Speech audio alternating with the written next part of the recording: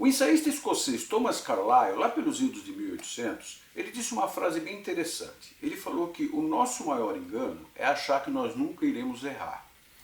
E cara, quanta verdade, porque não se trata de porquê ou de como, mas quando. Porque nós vamos errar em algum momento da nossa vida. Há também um dito popular que eu prezo muito, que é aquele que diz que só erra quem faz. E nesse sentido, nós precisamos cuidar, nós como gerentes, precisamos cuidar para não censurar desnecessariamente os erros dos nossos colaboradores. Porque se você não quer que aconteça o erro, então você tem que impedir que qualquer um faça qualquer coisa. O que é mais importante, e pouca gente cuida, é cuidar para que as causas dos erros sejam prevenidas, sejam eliminadas.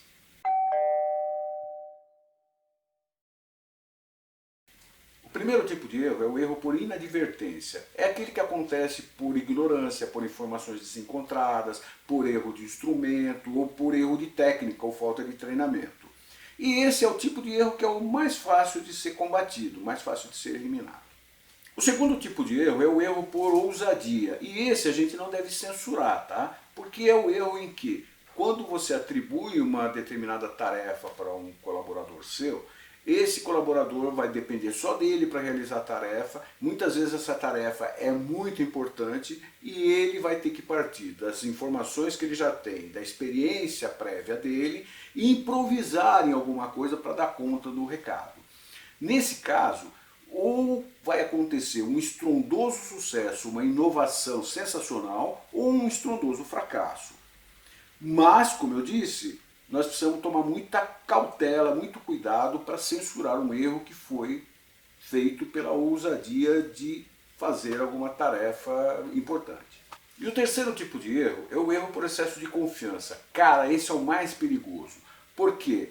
A partir do fato de que o profissional imagina deter todo o conhecimento, toda a técnica, ele acaba queimando etapas porque julga que essas etapas são menos importantes ou porque ali ele não vai errar, e é justamente onde acontecem os erros. Ao longo da minha carreira, eu cometi todos esses tipos de erros e mais alguns, e eu pretendo contá-los no livro que eu estou escrevendo sobre logística. E é engraçado que aí já aparece um primeiro erro de excesso de confiança. Eu deixei de fazer backup em uma semana, tive um pau no meu notebook e perdi um punhado de páginas que eu estou tendo que reescrever. Hoje eu quero contar só um desses causos. Aconteceu na minha primeira semana de trabalho em logística. Eu fui incumbido de desenhar o layout da área de conferência de recebimento do centro de distribuição, e isso incluía passar o desenho das faixas demarcatórias para o pintor. O que aconteceu? Eu passei o desenho para os pintores, mas nesse desenho eu dimensionei as faixas como 1,3 metros, ao invés de 130 centímetros. O pintor, ele interpretou isso de uma forma errada, e quando eu fui verificar o trabalho dele, foi um desperdício de tinta imenso, porque ele tinha desenhado as faixas, pintado as faixas no chão com 1,3 metros. O que foi a lição aprendida, gente? Eu preciso, em qualquer tarefa, deixar a documentação de um modo tal que seja inequívoco aquilo que eu quero. Não deixe margem para que o seu colaborador interprete de um modo diferente aquilo que você está pretendendo que seja o resultado do trabalho. Erros de inadvertência, de um modo geral, eles são causados por documentação incompleta ou, de algum outro modo, por um instrumento mal calibrado ou de uma falta de treinamento para aquela tarefa.